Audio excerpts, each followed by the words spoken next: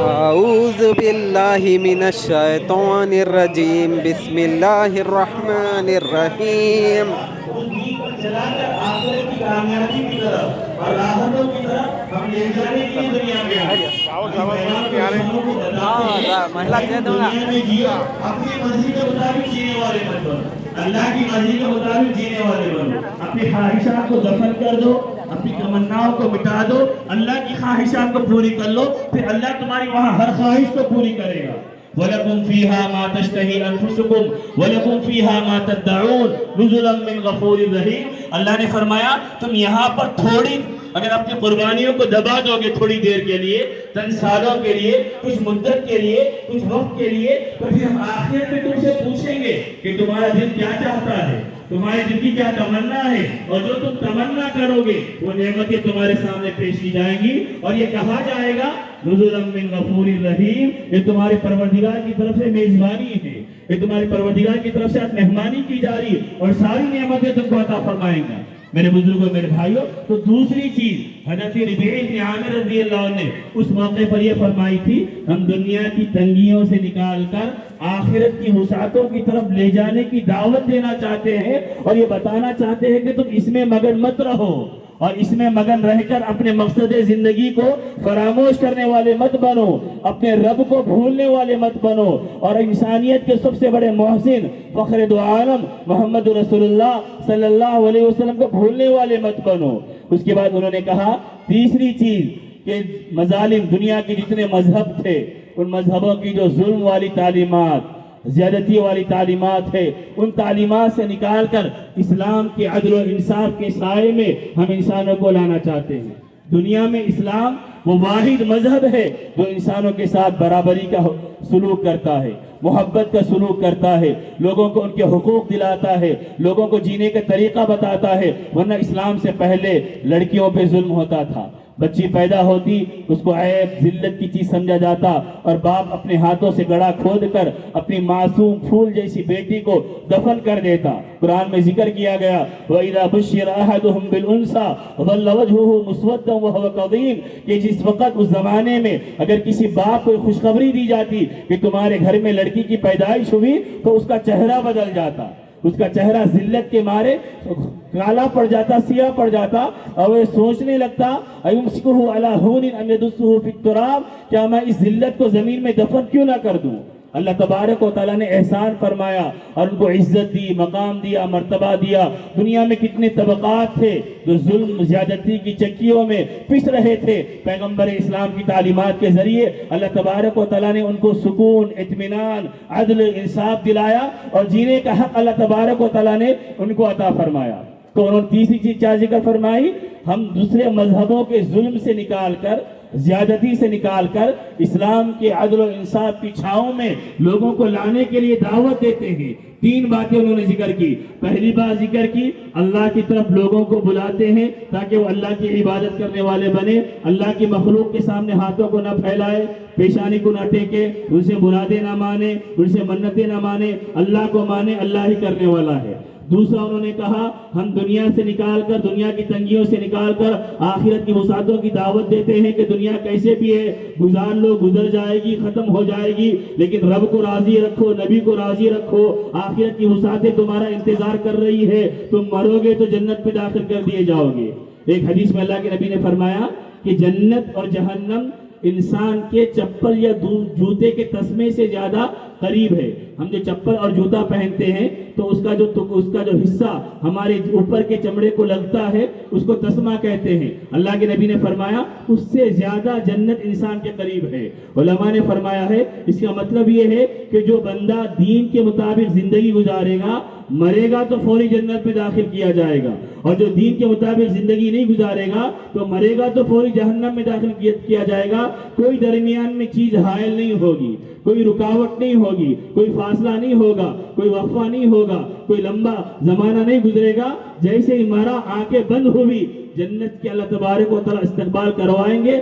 قبر کے گڑھے سے اللہ تبارک و تعالیٰ اس کا آغاز فرمائیں گے۔ تو میرے بزرگوں، میرے بھائیوں، اپنے معاشرے کو، سماج کو بدلنے کے لیے جو پہلی تعلیم دی گئی ہے وہ إِلَّا الَّذِينَ آمَنُوا، کہ لوگوں ایمان لاؤ، ایمان نہیں لاؤ گے تمہارے سارے اعمال ضائع ہو جائیں گے، اور ایمان لاؤ تو ایسا ایمان لاؤ اپنے عقیدے کو درست کرو، اپنے عمل کو درست کرو، اپنی نیتوں کو درست کرو، اپنے کاموں کو درست کرو، ہر اعتبار سے یہ سمجھو، جانو اور دل کی گہرائیوں میں اس بات کو بٹھا لو کہ اللہ ہی ہے سب کچھ کرنے والا، اللہ کے علاوہ کوئی کچھ کرنے والا نہیں ہے۔ اگر اللہ راضی ہو گیا ساری دنیا راضی رہے گی، اللہ ناراض رہے گا اور ساری دنیا کو راضی کرنا چاہے تو کوئی راضی نہیں ہو سکتا، اور کسی کی رضامندی، کسی کی خوشنودی وہ ہمیشہ کے لیے نہیں ہو سکتی۔ تو پہلی چیز خسارے سے بچنا ہے، تباہی سے بچنا ہے، سماج کو بربادی سے بچانا ہے، ہلاکت سے بچانا ہے، تو ہمیں اپنے ایمان کو پختہ کرنا پڑے گا، اپنے ایمان کو مضبوط کرنا پڑے گا، اور ایمان کی عظمتوں کو سمجھنے کے لیے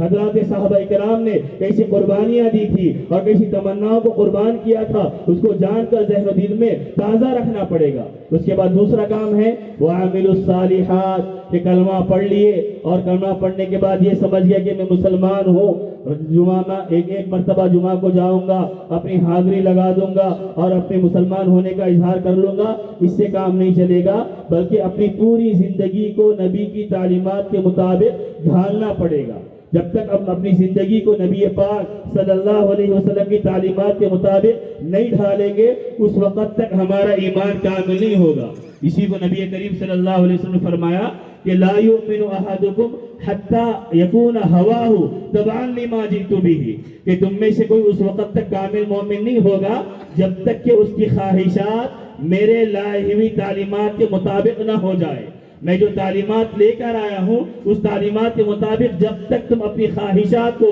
ڈھال نہیں دو گے اور اپنی خواہشات کو نبی کی خواہشات کے مطابق بنا نہیں دو گے، اس وقت تک ہمارا ایمان کامل اور مکمل نہیں ہوگا۔ اللہ کے نبی صلی اللہ علیہ وسلم نے یہ باتیں بتائی۔ میرے بزرگوں، میرے بھائیوں، آج ہم اپنے سماج کا، اپنے معاشرے کا، اپنے حالات کا، اپنے ارد گرد کا جائزہ لے کر دیکھیں کہ ہم اپنی خواہشات کو کتنا دبا رہے ہیں اور نبی کریم صلی اللہ علیہ وسلم کی تعلیمات کو کتنا اٹھا رہے ہیں۔ ہم اپنی نبی کی تعلیمات پر کتنا زیادہ عمل کر رہے ہیں اور نبی کی تعلیمات کو کتنا قدر فراموش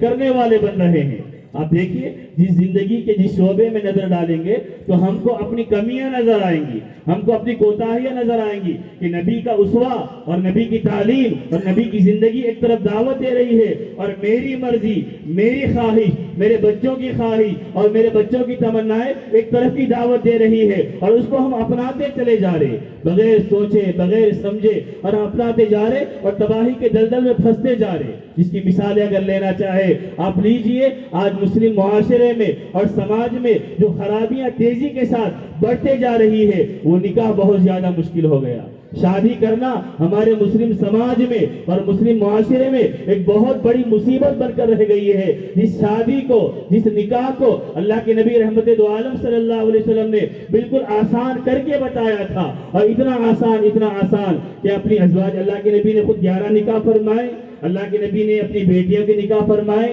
اللہ کے نبی کے حیات مبارکہ میں حضرات صحابہ اکرام نے شادیاں کی اور امت کے سامنے نمونہ پیش کیا کہ تم اس طرح اپنی شادیوں کو کرنے والے بنو تو تمہاری شادیوں میں اللہ خیر عطا فرمائیں گا، اللہ برکتیں عطا فرمائیں گا، اللہ رحمتیں عطا فرمائیں گا۔ لیکن آج مسلمان سماج میں اور مسلمان معاشرے میں اور مسلمان سوسائٹیوں میں شادی کرنا گویا کہ ایک بہت بڑا چیلنج بن گیا ہے،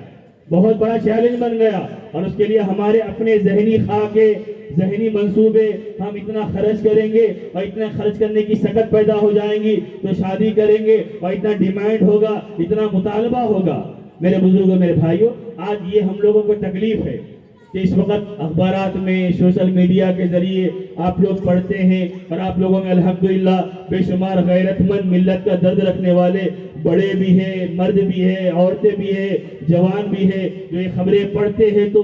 ان کا روا کانپ جاتا ہے، وہ بے چین و بے قرار ہو جاتے ہیں کہ فلاں مسلم لڑکی بھاگ کر غیر مسلم لڑکے کے ساتھ شادی کر رہی ہے، اور اس کا جو ہے نا رجسٹریشن آفس میں رجسٹریشن کا وہ کاغذ لگا ہوا ہوتا ہے، اعلان لگا ہوا ہوتا ہے. پھر جیسے ہی ایک مرتبہ سوشل میڈیا واٹس ایپ وغیرہ پر کسی کی امیج آ گئی، فوٹو آ گئی، وہ پھر اتنی تیزی کے ساتھ وائرل ہوتی ہے اور لوگ مختلف علاقوں کے فون آتے ہیں کہ آپ کے علاقے میں فلاں جگہ کا یہ آیا ہے کہ فلاں جگہ کے علاقے کی لڑکی غیر مسلم کے ساتھ بھاگ گئی ہے اور غیر مسلم کے ساتھ شادی کر رہی ہے. ایسے کتنے واقعات آئے دن ہم پڑھ رہے ہیں اور سوشل میڈیا کے ذریعے ہم کو معلوم ہو رہے ہیں، اور جن کے سینے میں ملت کے لیے دھڑکتا ہوا دل ہے اور جو بے چینی و بے قراری محسوس کرتے ہیں وہ بے چین و بے قرار ہو جاتے ہیں. لیکن اس کا حل کیا ہے؟ اس طرح کی بے راہ روی کو اور غلط کاری کو اور بے دینی کو روکنے کے لیے تدبیریں کرنا ہماری کیا ذمہ داری ہے؟ تو ان تدبیروں میں اور اس کے مسائل میں ایک مسئلہ یہ بھی ہے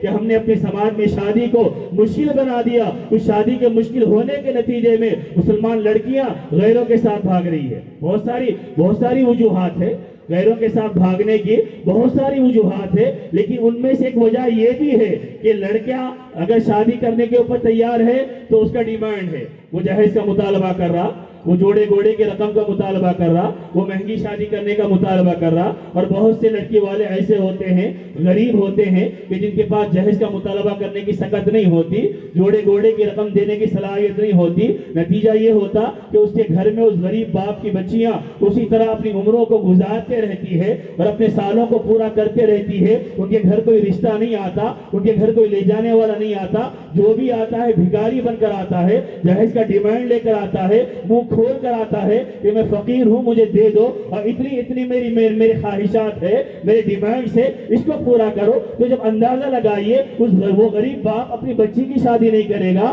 اور اس کی عمریں بڑھتے جاتے رہیں گی، وہ کالج میں پڑھے گی، وہ کمپنیوں میں نوکری کرے گی، اور اس کو یہ معلوم ہے کہ مسلمان سماج سے میرا رشتہ نہیں ہو سکتا اس وجہ سے کہ اس کا ڈیمانڈ پورا نہیں کر سکتے ہم لوگ. تو نتیجہ یہ ہوتا ہے، یہ میں اپنی بات نہیں بتا رہا ہوں، کہ جو لوگ اس سلسلے میں فکر مند ہے، جو سروے کر رہے، جائزے لے رہے، حالات کو جان رہے اور حالات کے بارے میں تحقیق کر رہے، وہ اس نتیجوں پر پہنچے ہوئے ہیں کہ ہماری مہنگی شادیوں کے نتیجوں میں بھی ایک سبب یہ پیدا ہو رہا کہ مسلمان لڑکیاں راہ فرار اختیار کر رہی، بھاگ رہی غیروں کے ساتھ بھاگ رہی. اور ہم خبریں پھیلانے میں لگے ہوئے ہیں، ہم ویڈیو شیئر کرنے میں لگے ہوئے ہیں، لیکن ہم ایک مثبت قدم لے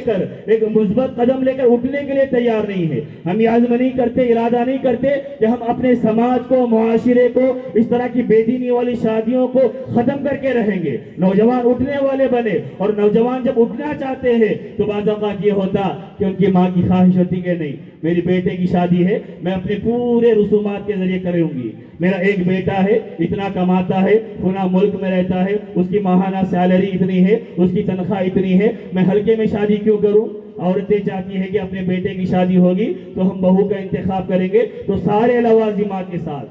ساری پابندیوں کے ساتھ، ساری شرطوں کے ساتھ ہم شادیاں کریں گے. آپ ٹھنڈے دل کے ساتھ سوچئے، آپ ملت کی فکر میں ڈوب کر سوچئے کہ جب یہ خرابیاں اور یہ بے دینی کے کام ہمارے معاشرے میں ہوتے رہیں گے اور ہمارے سماج میں ہوتے رہیں گے، جس چیز کو شریعت نے آسان بنایا، محمد رسول اللہ نے آسان فرمایا، اس چیز کو ہم مشکل بناتے رہیں گے تو نتیجہ یہ ہوگا کہ اس کے غلط اثرات سماج پہ پڑنا شروع ہوں گے. آپ اچھا کام نہیں کریں گے تو اچھے اثرات نہیں آئیں گے، برے کاموں کے برے اثرات آنا شروع ہوں گے. اللہ کے نبی صلی اللہ علیہ وسلم نے کیسا حکم دیا؟ اللہ کے نبی نے فرمایا کہ بس تم شادی کرو، اتنی آسانی سے کے ساتھ کرو. ان اعظم النکاح برکۃ ایسرہ مؤونۃ. اللہ کے نبی نے فرمایا سب سے زیادہ بابرکت نکاح وہ ہے کہ جس میں سب سے زیادہ کم خرچ کیا جائے، خرچ کرنے کی نوبت زیادہ نہ آئے. اور اللہ کے نبی نے شادی کے پورے عمل میں، یعنی ابتدا سے لے کر انتہا تک جو ذمہ داری ڈالی ہے وہ صرف لڑکے کے اوپر ذمہ داری ڈالی، اور وہ دو طرح کی ذمہ داری ہے.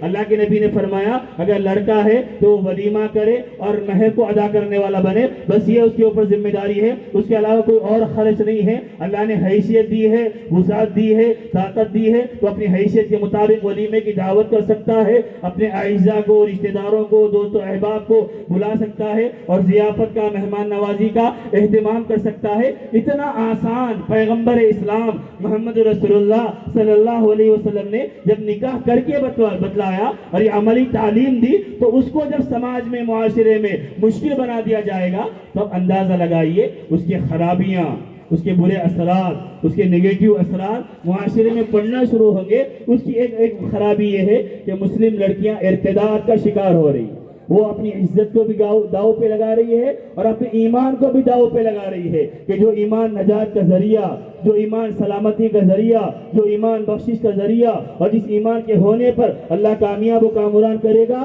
وہ چند دن کی زندگی کے ناز و نعم کے لیے اور تھوڑی دن کی راحتوں کے لیے اپنے ایمان کو بھی بیچ رہی ہے، اپنے ایمان کا سودا بھی کر رہی ہے. اگر ہم یہ چاہتے ہیں ہمارا معاشرہ پاک ہو، ہمارے معاشرے سے رسمیں رواجیں ختم ہو، تو پہلا کام ہم کو یہ کرنا پڑے گا اپنی شادیوں کو آسان بنائے، اپنی شادیوں کو آسان بنائے. اور غیروں کے ساتھ بھاگنے کی دوسری وجہ یہ ہے کہ ہم نے اپنے گھروں کا دینی ماحول ختم کر دیا ہے.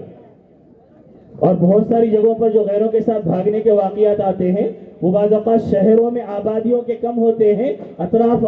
دیہاتوں کے زیادہ بھی ہوتے ہیں. اس کی ایک وجہ یہ بھی ہوتی ہے کیونکہ دیہاتوں میں بعض اوقات غیروں کے ساتھ بہت زیادہ مل جل کر رہنے کا رواج ہوتا ہے، پردے کا ماحول نہیں ہوتا، شریعت کا ماحول نہیں ہوتا. اس کے نتیجے میں رہتے ہیں، ملتے جلتے ہیں اور دینی تعلیمات کا نظام نہیں ہوتا، تو اس کے نتیجے میں یہ قباحت، برائی، خرابی ان لوگوں کے دل و دماغ میں نہیں ہوتی، اور وہ پھر ایسے ماحول اور ایسے حالات کا شکار ہو کر اپنے ایمان کا سودا کر دیتے ہیں. تو دوسری ذمہ داری یہ بھی ہے، اگر ارتداد سے اپنی نسلوں کو بچانا ہے، اپنی لڑکیوں کو بچانا ہے، اپنے معاشرے کو، سماج کو اور اپنے علاقوں کو بچانا ہے، تو ہم میں سے ہر فرد کا کام یہ ہے ہم اپنی لڑکیوں کا اپنے گھروں میں اندر دینی تعلیم کا بہترین نظام دینے والے بنے، ان کے تعلیم کا نظام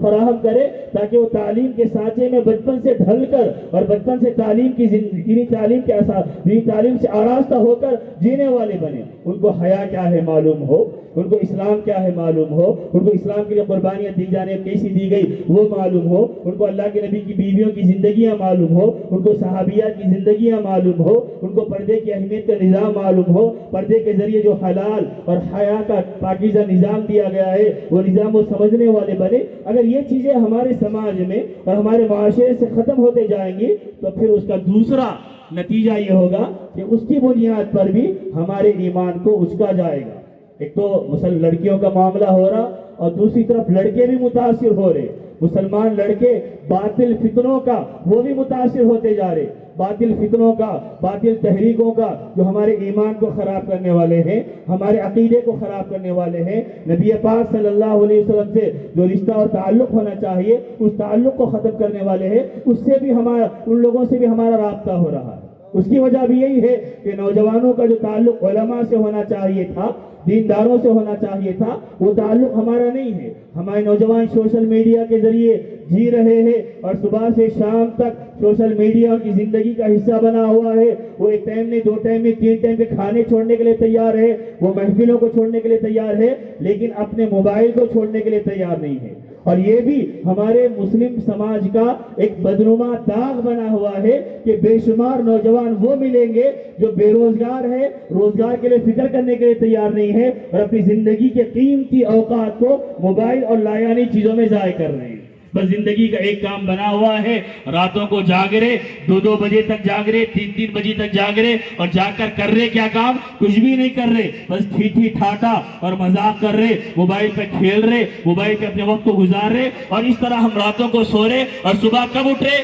صبح 10 بجے اٹھ رہے، صبح 11 بجے اٹھ رہے. اگر ہمارے سماج میں اور ہمارے معاشرے میں اس طرح ہماری راتیں ہوگی اور اس طرح ہمارے دن کا آغاز ہوگا تو اس دن ہم کو خیر نہیں ملے گا، اس دن ہم کو برکتیں نہیں ملیں گی. اللہ کے نبی نے فرمایا کہ اللہ نے اس امت کے لیے صبح کے وقت میں برکتیں رکھی ہے. اللہ کے نبی نے دعا فرمائی اللہ تبارک و تعالیٰ سے کہ اے اللہ میری امت کے صبح کے وقت میں آپ برکتوں کو رکھیے. جو صبح کے نظام کو سمجھے گا، فجر کی نماز کا اہتمام کرنے والا بنے گا، رات کو وقت مقررہ پہ سوئے گا اور صبح اللہ کے سامنے حاضر ہونے والا بنے گا، تو پھر اس کو معلوم ہوگا کہ میں کیسے اللہ سے لینے والا بنوں گا. ہم شکوے شکایتیں کرتے ہیں کہ ہمارے مسلمان بڑے بڑے عہدوں پر نہیں جا رہے، گورنمنٹ نوکریاں نہیں مل رہی، اچھی نوکریاں نہیں مل رہی، سہولتیں فراہم نہیں ہو رہی. کیسے سہولتیں فراہم ہوں گی میرے بھائیوں؟ جس مسلمان معاشرے میں نوجوان اپنی زندگی کو ضائع کر رہے، فضولیات میں، لغویات میں، بیکار چیزوں میں اپنی زندگی کو تباہ کر رہے،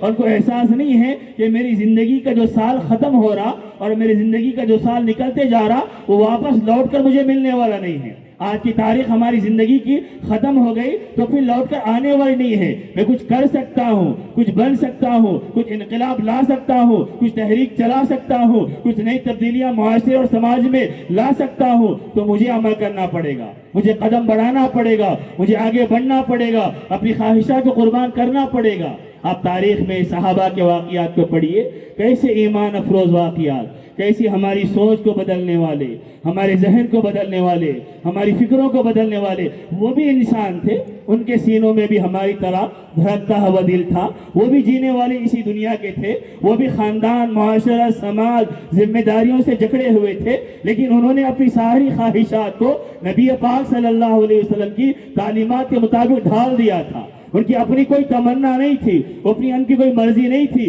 بس وہ مرضی جو اللہ کے نبی چاہے وہ ہماری مرضی, جو اللہ کے نبی پسند کرے وہ ہماری مرضی. اللہ کے نبی جیسا کھانے کو کہیں گے ویسا ہم کھائیں گے, اللہ کے نبی جیسا پہننے کو کہیں گے ہم ویسا پہنیں گے, اللہ کے نبی جیسا زندگی گزارنے کو کہیں گے ہم ویسی زندگی گزاریں گے. یہ ان لوگوں کا ذہن تھا, ان کی فکر تھی, اور ان کی سوچ اور تمنا تھی, اور اسی سوچ اور تمنا کے ساتھ انہوں نے اپنے آپ کو قربان کیا. کتنے صحابہ رضوان اللہ علیہم اجمعین کے واقعات تھے. ایک مرتبہ حدیبیہ کے موقع پر, صلح حدیبیہ, کہ اللہ کے نبی صلی اللہ علیہ وسلم کو جب عمرے کے لیے اللہ کے نبی صحابہ کرام کی ایک جماعت کو لے کر آئے تھے مکہ مکرمہ سے پہلے, حدیبیہ کے ایک مقام پر دشمنوں نے روک دیا کہ آپ اس مرتبہ عمرہ نہیں کر سکتے. کچھ شرطیں لمبی طے ہوئی تھی. تو اس وقت اللہ کے نبی صلی اللہ علیہ وسلم نے اپنے صحابی, اپنے داماد سیدنا عثمان غنی رضی اللہ تعالیٰ عنہ کو اپنا نمائندہ بنا کر مکہ بھیجا تھا کہ جا کر مکہ کے سرداروں سے بات کرے اور ان کو بتا دے کہ ہمارا موقف کیا ہے, ہم کیوں آئے ہیں, ہم کیا چاہتے ہیں. ہم صرف عمرہ کرنا چاہتے ہیں, لڑائی کے ارادے سے, جھگڑے کے ارادے سے ہم لوگ نہیں آئے ہیں. حضرت عثمان غنی رضی اللہ تعالیٰ مکہ اللہ کے نبی کے نمائندے بن کر گئے. جب مکہ گئے تو پہلے وہ رات میں اپنے چچا زاد بھائی کے گھر میں قیام کر لیے, رات میں وہاں پر ٹھہرے تاکہ صبح جا کر سرداروں سے بات کریں گے اور اللہ کے نبی کا جو پیغام ہے وہ پیغام کو پیش کریں گے. صبح ہوئی, وہ تیار ہوئے سرداروں سے بات کرنے کے لیے, مکہ کے رئیسوں سے بات کرنے جانے کے لیے. جب وہ جانے لگے تو ان کا جو تہبند تھا, نیچے جو پہنے ہوئے تھے وہ نصف پنڈلی تک تھا, آدھی پنڈلی تک وہ تہبند بانے ہوئے تھے. اس زمانے میں عرب کے اندر فخر یہ سمجھا جاتا تھا کہ تہبند, پیجامہ, لنگی وغیرہ زمین پر لڑتی رہے. مالدار لوگ جو ہوتے, بڑے لوگ جو ہوتے, وہ اپنے تہبند کو زمین پہ لڑایا کرتے تھے اور اس کو فخر سمجھا کرتے تھے کہ ہم بڑے مالدار اور بڑے امیر لوگ ہیں اور قبیلے کے بڑے لوگ ہیں, ہمارا طرز یہ ہے, ہمارا رہن سہن یہ ہے اور ہمارا لباس کا انداز یہ ہے. تو ان کے چچا زاد بھائی نے حضرت عثمان سے کہا کہ بھائی عثمان, تم سرداروں سے بات کرنے کے لیے جا رہے ہو, تھوڑا اپنا تہبند نیچے کر لو. اس وقت حضرت عثمان رضی اللہ عنہ نے جو جملہ کہا وہ میرے اور آپ کے لیے پیغام و سبق ہے, اور یہ بتاتا ہے کہ ان کی فکریں کیسی تھی, ان کی سوچ کیسی تھی, ان کی تمنائیں کیسی تھی. حضرت عثمان نے کہا لا ہاکذا اجارت صاحبنا رسول اللہ صلی اللہ علیہ وسلم. انہوں نے فرمایا کہ نہیں بھائی, میں نے اپنے ساتھی, اپنے نبی محمد رسول اللہ کو اسی طرح باندھتا دیکھا ہے, میں اسی طرح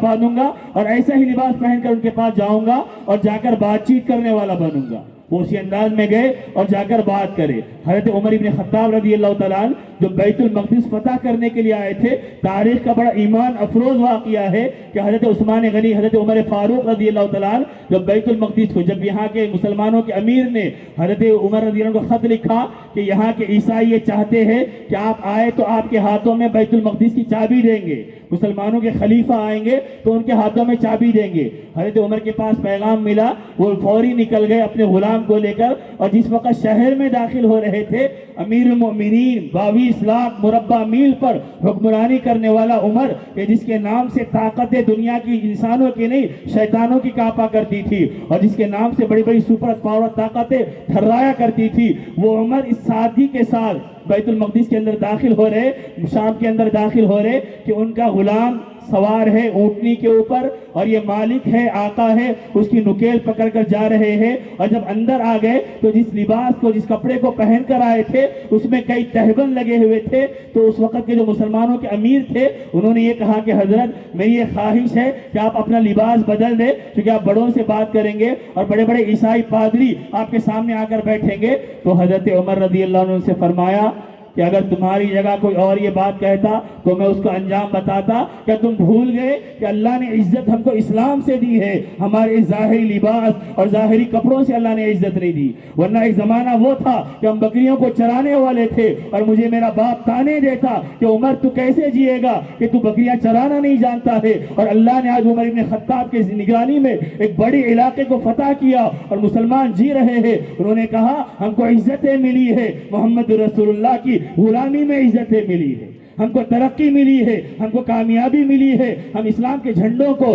دنیا میں لہرا رہے ہیں. تو اس کی وجہ یہ ہے کہ ہم محمد رسول اللہ کے غلام ہیں. ہم ان کی غلامی کو چھوڑ کر کسی اور راستوں میں اگر عزتیں چاہیں گے اللہ عزتیں نہیں دے گا ہم کو. ہم ذلیل ہوں گے، ہم خوار ہوں گے، ہم رسوا ہوں گے، ہم تباہ ہوتے رہیں گے. میرے بزرگوں، میرے بھائیوں، آج قرآن کو ہم نے چھوڑ دیا، قرآن پڑھنا چھوڑ دیا، قرآن سمجھنا چھوڑ دیا، قرآن کی تعلیمات پر عمل کرنا چھوڑ دیا، قرآن کے پیغام کو انسانوں تک پہنچانا چھوڑ دیا. آج میں نے اور آپ نے نبی کی جو پاکیزہ سیرت تھی، پیاری تعلیمات تھی، جن تعلیمات میں اللہ نے انقلاب رکھا، ان تعلیمات کو فراموش کر دیا. ایک نوجوان کا لباس دیکھیے، اس کے بالوں کا انداز دیکھیے، اس کے ہیئر اسٹائل کو دیکھیے، آپ کو نظر نہیں آتا یہ محمد رسول اللہ کا غلام ہے، یہ محمد رسول اللہ کو چاہنے والا ہے، ان کی عاشقی کا دم بھرنے والا ہے. ہمارا ایمان اتنا ہو گیا، ربیع الاول کا مہینہ آ گیا تو اللہ کے نبی کی محبت کے نعرے لگا دیں گے، اللہ کے نبی کی محبت میں جلوس نکال لیں گے، اللہ کے نبی کی محبت میں جلسہ کر لیں گے. جلسہ ختم ہوا، سیرت ہماری زندگی سے نکل گئی. یہ جلسے اس واسطے نہیں ہوتے ہم سنیں، بلکہ جلسے اس واسطے ہوتے ہیں کہ عمل میں لانے والے بنے، انقلاب پیدا کرنے والے بنے. علامہ اقبال نے جو کہا تھا، وہ معزز تھے زمانے میں مسلمان ہو کر اور ہم خار ہوئے تارک قرآن ہو کر. اللہ نے صحابہ کو عزت دی تھی، سربلندی دی تھی، کامیابی دی تھی، بڑا مقام دیا تھا، بڑا مرتبہ دیا تھا. وہ اس وجہ سے دیا تھا کہ انہوں نے اپنی زندگی کو نبی کی تعلیمات کے مطابق ڈھال دیا تھا. ان کو دیکھ کر لوگ یہ سمجھتے یہ نبی کا دیوانہ ہے، یہ نبی کو چاہنے والا ہے، یہ نبی کی اداؤں پہ مر مٹنے والا ہے. اور آج کتنے نوجوان ہمارے ظاہر سے، اپنے شکل سے، اپنی صورت سے، اپنی وضاقتہ سے، اپنے طور طریقوں سے، اپنی زندگی کے طرز عمل سے یہ بتاتے ہیں کہ میں بھی نبی کا غلام ہوں، جو آج سے 1450 سال کے بعد جیتا ہوں اور نبی کی محبت میں دم بھرتا ہوں. میرے بزرگوں، میرے بھائیوں، یہ حقیقتیں ہماری زندگیوں سے نکلتے جا رہی ہے اور اس کے نتیجے میں دین میں کمیاں، دین میں کمزوریاں، ظالم طاقتوں کا ہمارے اوپر مسلط ہو جانا اور ان کا جبر کرنا، زیادتی کرنا، ہم کو ستایا جانا، پریشان کیا جانا، ساری چیزیں ہو رہی ہیں. ہمارے اوپر جو ظالم طاقتیں مسلط ہو رہی ہے، کہا گیا ہے اعمالکم عمالکم، کہ تمہارے جیسے اعمال ہوں گے ویسے تمہارے اوپر حکمرانوں کو مسلط کیا جائے گا. جس زمانے میں حجاج ظالم تھا، اس زمانے کے لوگوں کا معاملہ یہ تھا، وہ لوگوں سے صبح اٹھ کر پوچھتے تھے کہ کتنے لوگ مارے گئے ہیں، کیونکہ حجاج ظلم کرنے والا تھا. تو جو ظالم ہوتا ہے وہ ظلم کرتے ہیں، اور جو عدل و انصاف لوگ اچھے ہوتے ہیں تو پھر عدل و انصاف اللہ تبارک و تعالیٰ قائم فرماتا ہے. ہم اپنے آپ کو بدلیں گے، اللہ تبارک و تعالیٰ نظام کو بدلے گا. قرآن میں اللہ تبارک و تعالیٰ نے صاف فرمایا، ان اللہ لا یغیر ما بقوم حتی یغیروا ما بانفسہم. اللہ تبارک و تعالیٰ لوگوں کو اس وقت تک نہیں بدلتا جب تک کہ لوگ اپنے آپ کو بدلنا نہیں چاہیں گے. اگر ہم اپنے آپ کو بدلنا چاہیں گے اور اپنے آپ کو تبدیل کرنا چاہیں گے تو پھر اس کے نتیجے میں اللہ تبارک و تعالیٰ حالات کو بھی بدلے گا. ہم دنیا میں اتنے حالات سن رہے، کتنے مسلمان ہیں جو جانتے ہیں، تڑپتے ہیں، بے چین و بے قرار ہوتے ہیں کہ گزشتہ 1 سال سے مظلوم فلسطینیوں پر ظلم و ستم کے پہاڑ توڑے جا رہے ہیں، جن کے بچوں کا بلکنا، تڑپنا، کٹا ہوا، مرا ہوا، جلا ہوا حالت میں دیکھ کر ہم اتنی لاکھوں دور میل رہنے کے باوجود بھی ہم بے چین و بے قرار ہو جاتے ہیں. لیکن کیا یہی پیغام ہے کہ تم اپنی زندگی کو نہیں بدلو؟ بس یہ ایک ویڈیو آیا تھا تمہارے پاس کہ فلاں جگہ اتنا ظلم ہوا اور اتنی زیادتی ہوئی، اس کو تم شیئر کر دو، فارورڈ کر دو، تمہارا کام ہو گیا؟ تمہاری مسجدوں پہ قبضے جمانے کی باتیں کی جا رہی ہے، تمہاری جائیدادوں کو ہڑپنے کی باتیں کی جا رہی ہے، اپنے دعوے دائر کیے جا رہے ہیں، اپنی طرف مقدمات کو کھینچا جا رہا ہے، تمہارے مدرسوں پہ پابندی لگانے کی سازشیں، کوششیں، منصوبے کی جا رہی ہے، پردے جیسے نظام کو مخالفت کا ماحول دینے کی کوششیں کی جا رہی۔ ان سارے حالات کے باوجود بھی اگر ہم تبدیلی لانا نہیں چاہیں گے تو میرے بزرگوں، میرے بھائیوں، پھر تبدیلی کب آئے گی؟ تبدیلی کب آئے گی؟ تبدیلی حالات تو وہ ہے کہ جو ہمیں جھنجھوڑ دینے والے حالات ہیں، یہ حالات تو وہ ہے جو ہمیں اندرون سے اللہ کی طرف دوڑ لگانے والے حالات ہیں کہ ہماری مسجدیں آباد ہو جائے، ہمارے اندر نماز کا ایک احساس پیدا ہو جائے، نماز کی فکر پیدا ہو جائے، ہماری مسجدیں بھری ہوئی رہے۔ مسلمانوں کی مسجدیں بھری ہوئی نہیں ہے، صرف جمعہ کے دن آپ کو ملیں گی کہ مسلمانوں کی مسجدیں بھری ہوئی ہے، چپل تک لوگ آ کے نماز پڑھ رہے، پھر اسی محلے کے رہنے والے مسلمان دوسرے دن عصر کی نماز، اسی وقت عصر کی نماز میں غائب رہتے ہیں۔ یہ جو سارے حالات ہیں، ہمارے معاشرتی خرابیاں اور معاشرتی تباہکاریاں، یہ وہ حالات ہیں کہ جن کو بدلنے کے لیے ہم کو قدم اٹھانا پڑے گا، ہم کو عزم کرنا پڑے گا، ارادہ کرنا پڑے گا، پھر اللہ تبارک و تعالی حالات کو بدلے گا۔ تو سورہ عصر کے اندر دوسرا جو سبق دیا گیا ہے، دوسرا جو پیغام دیا گیا ہے، وَعَمِلُوا الصَّالِحَاتِ، کہ لوگوں عمل کرنے والے بنو، نیک عمل کرو گے تو تمہاری ذات کو فائدہ ہوگا۔ من عمل صالحا فلنفسی ومن اساء فعلیہا، جو نیک عمل کرتا ہے تو اس نیکی کا صلہ اس کو ملتا ہے، اور جو برا عمل کرتا ہے تو اس کا انجام وہ خود بھگتنے والا ہے۔ ہم برے عمل کریں گے تو ہمارا انجام برا ہوگا، ہم نیک عمل کریں گے تو ہمارا انجام بہتر ہوگا۔ ہم دنیا سے جائیں گے سرخرو ہو کر، کامیاب ہو کر دنیا سے جانے والے بنیں گے، اور اللہ تبارک و تعالی اس دنیا میں رہتے ہوئے ہم کو دنیا میں کامیاب و کامران فرما دے گا۔ قرآن کریم میں اللہ نے یہ بھی فرمایا کہ کامیابی، حقیقی کامیابی کیا ہے، حقیقی کامرانی کس کو کہتے ہیں؟ فَمَنْ زُحْزِحَ عَنِ النَّارِ وَأُدْخِلَ الْجَنَّةَ فَقَدْ فَازَ،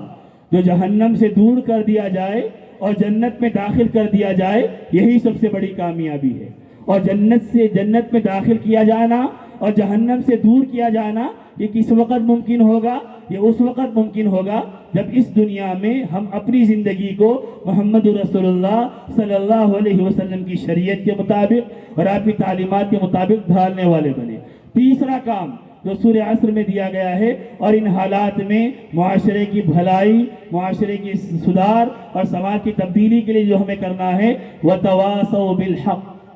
لوگوں کو اچھی باتوں کی تعلیم دینا، لوگوں کو اچھی باتوں کی ترغیب دینا، یعنی امر بالمعروف کرنا، اچھائیوں کا حکم دیتے رہنا اور برائیوں سے لوگوں کو روکتے رہنا، یہ تیسرا کام ہے۔ جب تک ہم عمل نہیں کریں گے اور ساتھ میں عمل کی دعوت نہیں دیں گے تو اس وقت بھی تبدیلی نہیں آ سکتی۔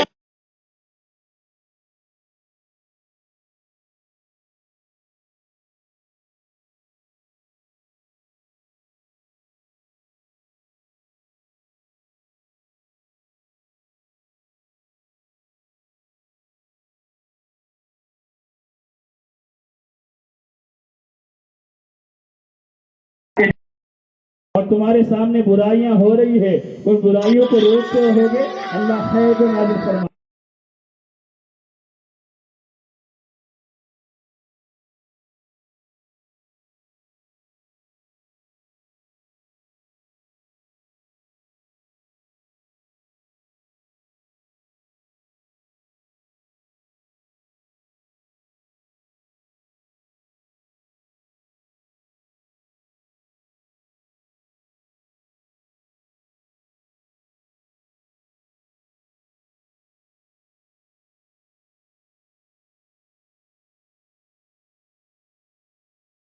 یہ ہے کہ اللہ کسی کو ہاتھ سے روکنے کی صلاحیت دیا، وہ ہاتھ سے روکنے والا بنے۔ ہاتھ سے روکنے والے کون ہوں گے؟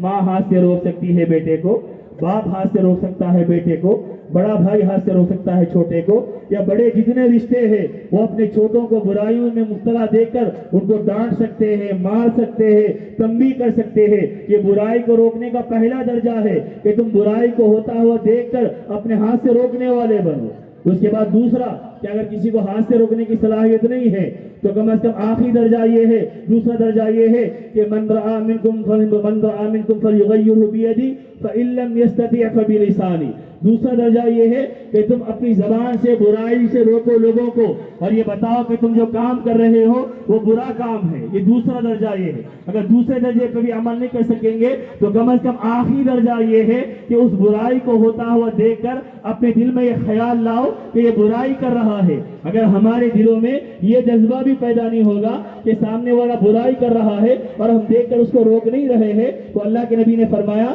ذالک اضعاف الایمان، یہ ایمان کا آخری درجہ ہے. آج ہمارے سامنے کتنی برائیاں ہو رہی ہے، کتنی بے حیائیاں ہو رہی ہے، کتنے خلاف شریعت کام انجام دیے جا رہے. تو ہم جائزہ لیں کہ جن کو اللہ نے ہاتھ سے روکنے کی طاقت دی ہے کیا وہ ہاتھ سے روک رہے یا نہیں روک رہے. ہمارے بچے دین پر نہیں چل رہے، شریعت پر نہیں چل رہے، سنت کے مطابق عمل نہیں کر رہے. کتنے ماں باپ ہیں، کتنے والدین ہیں جو اپنے بچوں کو روک سکتے ہیں، منع کر سکتے ہیں، ٹوک سکتے ہیں، تنبیہ کر سکتے ہیں. اللہ نے اختیار دیا، اگر اس اختیار کو استعمال نہیں کریں گے قیامت کے دن اللہ تبارک و تعالیٰ پوچھے گا کہ تم نے اپنی اولاد کی تربیت کیوں نہیں کی ہے. لیکن ہم نظر انداز کر دے رہے. ہمارا بچہ بال ایسے بنا کر آ رہا جیسے ناچنے والے، شیطان کی دعوت دینے والے ایکٹروں کے بال ہوتے ہیں، ویسے بال اپنے بنا کر آ رہا اور ویسی کٹنگ اپنی رکھ رہا. لیکن باپ منع نہیں کرتا کہ بیٹا تمہیں ایسے بال نہیں بنانا چاہیے. ماں منع نہیں کرتی کہ تم ایسے بال مت رکھو. لڑکی کالج کو جا رہی ہے، اسکول کو جا رہی ہے،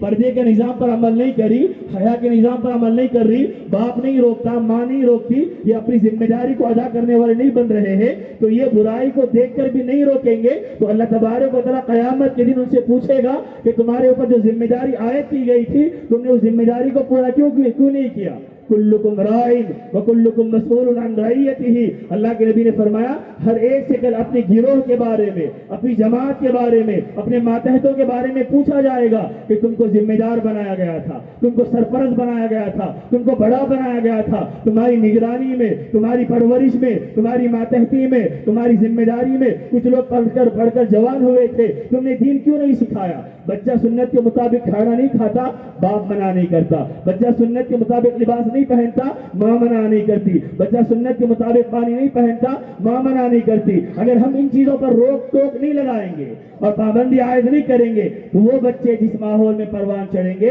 سنتوں سے محبت ان کو نہیں ہوگی، غیروں کے طریقوں سے ان کو محبت ہوگی، غیروں کے کلچر سے ان کو محبت ہوگی، غیروں کی اداؤں سے ان کو محبت ہوگی. آج ضرورت ہے کہ میں اور آپ اپنے بچوں کے اندر چاہے وہ چھوٹے ہو یا بڑے ہو، جوان ہو یا مرد ہو یا عورتیں ہو، ان تمام کے ذہن و دماغ میں اور دلوں کے اندر نبی کی محبتوں کو بٹھانے والے بنے. ان کو بتائے کہ تمہاری کامیابی کی معراج، تمہاری ترقی کی معراج، تمہاری سربلندی کی معراج اس میں ہے تم محمد رسول اللہ کے طریقوں پر عمل کرنے والے بنو. تم اپنے بالوں کو نبی کے طریقے کے مطابق بناؤ، تم اپنے لباس کو نبی کے طریقے کے مطابق بناؤ، تم اپنی اداؤں کو نبی کے طریقے کے مطابق بناؤ، تم اپنی شادیوں کو نبی کے طریقے کے مطابق بناؤ، تم اپنے باہر کی زندگی کو نبی کے طریقے کے مطابق بناؤ، تم اپنے گھر کی زندگی کو نبی کے طریقے کے مطابق بناؤ. یہ تمہاری کامیابی کی سب سے بڑی معراج ہے. تم دنیا میں کامران ہوں گے، عزتوں والے ہوں گے، سربلندی حاصل کرنے والے ہوں گے. میرے بزرگوں، میرے بھائیوں، حضرت مولانا تشریف لا چکے ہیں. بہت دیر سے میں نے آپ کے سامنے کچھ ضروری باتیں عرض کی ہے، آپ ان کو سمجھنے والے بنیے. یہ جن نوجوانوں نے اپنی فکر مندی کے ساتھ، اپنے جذبے ایمانی کے احساس کے ساتھ آج کا یہ عظیم الشان اجلاس منعقد کیا ہے وہ سب قابل مبارکباد ہے. اور ان کے ذریعے یہ پیغام ہر نوجوان کو جانا چاہیے کہ اگر نوجوان کھڑے ہوں گے معاشرہ بدلے گا. نوجوان دینی تعلیمات کا علم لے کر، جھنڈا لے کر، نبی کی غلامی کا پیغام لے کر کھڑے ہوں گے تو پھر انشاءاللہ یہ نوجوان معاشرے کو بدلیں گے، یہ نوجوان سماج کو بدلیں گے، یہ نوجوان اپنے علاقوں کو بدلنے والے بنیں گے. پھر اللہ انہی نوجوانوں کے ذریعے علاقوں کو فتح کروائے گا، دلوں میں ایمان کی محبتوں کو پیدا کروائے گا. غیروں کے دلوں میں بھی ایمان کی محبتوں کو پیدا کروانا ہے تو اس کے لیے بھی ہم کو صحیح معنی میں دیندار بننا پڑے گا. ہم اپنے پڑوسیوں کے ساتھ، کتنے پڑوسی ہمارے غیر مسلم رہتے ہیں، کتنے غیر مسلموں کے ساتھ ہمارے کاروباری معاملات ہوتے ہیں، لین دین کے معاملات ہوتے ہیں، علاقائی اعتبار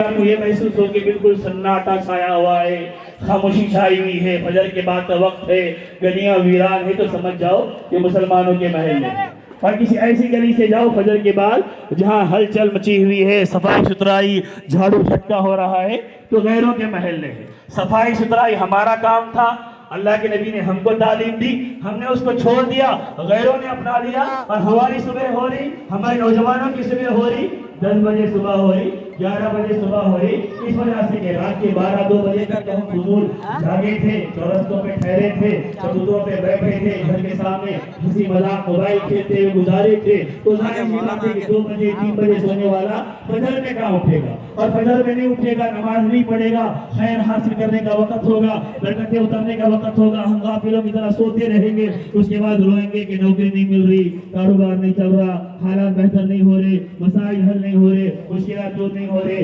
تعویذ لا لیں گے، پلیتا لا لیں گے، ان کے پاس جا کر آ جائیں گے، اس سے کچھ ہونے والا نہیں ہے۔ اللہ نے سب کچھ ہمارے پاس دیا ہے کہ تم اپنے آپ کو عمل کے لیے کھڑا کرو، اللہ خود بخود تبدیلیاں لائے گا۔ تھوڑا بدل کر دیکھے تو پھر اس کے بعد انشاءاللہ اللہ کی رحمتیں متوجہ ہوگی۔ آپ سوچئے کہ جو اللہ کی یاد میں فجر کی نماز کو میٹھی نیند چھوڑ کر سردیوں کی راتوں میں اٹھ کر جاڑے کے حالت میں وضو کر کے نماز پڑھنے کے لیے مسجد کو جائے گا، تو کیا اللہ کو پیار نہیں آئے گا ایسے بندے سے؟ کہ اللہ محبت کی نگاہ نہیں ڈالے گا کہ اپنے نام کا بستر کو چھوڑا ہے، ٹھنڈی سردی کے اندر اٹھا ہے، وہ چاہے تو سو بھی سکتا تھا، اس کا دوسرا بھائی سو بھی رہا ہے، لیکن یہ صرف میری محبت میں اٹھ کر نماز پڑھنے کے لیے مسجد کو آیا ہے، تو کیا ایسا بندہ اللہ کی رحمت سے محروم رہے گا؟ کیا ایسا بندہ رزق حلال میں وسعت سے اور فراخی اور کشادگی سے محروم رہے گا؟ نہیں ہوگا میرے بھائیوں۔ لیکن تھوڑے دن اللہ تبارک و تعالیٰ جانچتے ہیں کہ واقعی یہ سچا بن رہا یا مطلبی ہے، خود غرض ہے کہ کام نہیں بن رہا، تو نماز پڑھنے کے واسطے آ گیا، کام بن گیا، مسجد کو بھول گیا، نمازوں کو بھول گیا، تو اللہ تھوڑا جانچتے ہیں، تھوڑا اللہ تبارک و تعالیٰ مزید پختہ کرنے کے لیے بعض اوقات حالات بہتر ہوتے ہوئے نظر نہیں آتے، تو لوگ یہ سمجھتے ہیں کہ میں اتنے مہینوں سے نماز پڑھ رہا ہوں لیکن کچھ اثر نہیں ہو رہا، میں ہر نماز کے بعد دعا کر رہا ہوں لیکن کچھ فائدہ نظر نہیں آ رہا۔ ایسا کبھی بھی نہیں ہوگا۔ ہم اللہ کے سامنے ہاتھ اٹھائے اور اللہ کے سامنے اپنی مجبوری کو، لاچاری کو، بے بسی کو پیش کرے، ایسا ناممکن ہے کہ اللہ ہماری نہ سنے۔ اللہ ضرور سنے گا، اور اللہ کو محبت آتی ہے تو اللہ ہم کو اٹھاتا ہے، اللہ کو محبت آتی ہے تو ہاتھ اٹھانے کا اللہ تبارک و تعالیٰ موقع بھی دیتا ہے۔ جس سے اللہ پیار کرتے ہیں، جس کو اللہ چاہتے ہیں، تو اس کو اپنے گھر پہ بھی بلاتے ہیں اور اپنے سے مانگنے بھی لگواتے ہیں۔ تو بہرحال چند باتیں سورہ عصر کی روشنی میں ذکر کی گئی تھی کہ تیسرا کام جو کرنا ہے، لوگوں کو حق بات کی، اچھی بات کی تلقین کرتے رہنا، اور آخری بات بغیر تشریح کے کہہ کر ختم کر دیتا ہوں کہ لوگوں کو صبر کی بھی تلقین کرتے رہنا۔ جیسا میں نے شروع میں کہا تھا کہ آپ دین پر چلیں گے تو حالات آئیں گے، دین پر چلیں گے تو مشکلات کا بعض اوقات سامنا کرنا پڑے گا۔ دینداروں ہی کو تو امتحان دیا جاتا ہے، جو مقرب ہوتا ہے اس کو جانچا جاتا ہے۔ حدیث میں اللہ کے نبی نے فرمایا کہ اشد الناس بلاء الانبیاء ثم الامثل فالامثل، کہ دنیا میں سب سے زیادہ جو آزمائے جاتے ہیں وہ انبیاء کو اللہ آزماتا ہے۔ انبیاء کے بعد جو انبیاء سے قریب ہوتے ہیں، ان کے بعد درجہ بدرجہ جو جتنے نیک بنتے رہیں گے اللہ ان کو آزماتے رہتا ہے۔ تو اس آزمائش میں آدمی یہ نہ سمجھے کہ بھائی دین پہ چلنا مشکل ہو گیا، جیسے آج کل کے حالات ہے کہ لوگ ڈرے سہمے رہ رہے کہ مسلمان کا اظہار ہوگا، مسلمانوں کے ذریعے حلیہ لباس رہے گا، تو میں نہیں معلوم کون ہم کو کیا کرے گا۔ تو یاد رکھیے کہ دنیا کی زندگی جتنی ہے اللہ نے لکھی ہے، اذا ان اجل اللہ اذا جاء لا یؤخر، کہ ہمارا جتنا وقت متعین لکھ دیا گیا ہے اس سے 1 منٹ زیادہ نہ دنیا میں جی سکتے ہیں، اس سے 1 منٹ کم نہ دنیا سے ہم جا سکتے ہیں۔ ہمارا جتنا وقت دنیا میں لکھا گیا ہے اتنا ہی وقت ہم دنیا میں جینے والے بنیں گے۔ 1000 مخالفتیں کی جائے، 1000 ستایا جائے، پریشان کیا جائے، لیکن اپنے ایمان کو، عقیدے کو، عمل کو، نظریے کو، فکر کو، سوچ کو ہم کمزور کرنے والے نہ بنے۔ اللہ تبارک و تعالی ہم تمام کو صحیح معنی میں دین پر چلنے والا، شریعت پر عمل کرنے والا بنائے۔ اللہ تبارک و تعالی ان کہی ہوئی تمام باتوں کو قبول و منظور فرمائے۔ وآخر دعوانا ان الحمد للہ رب العالمین۔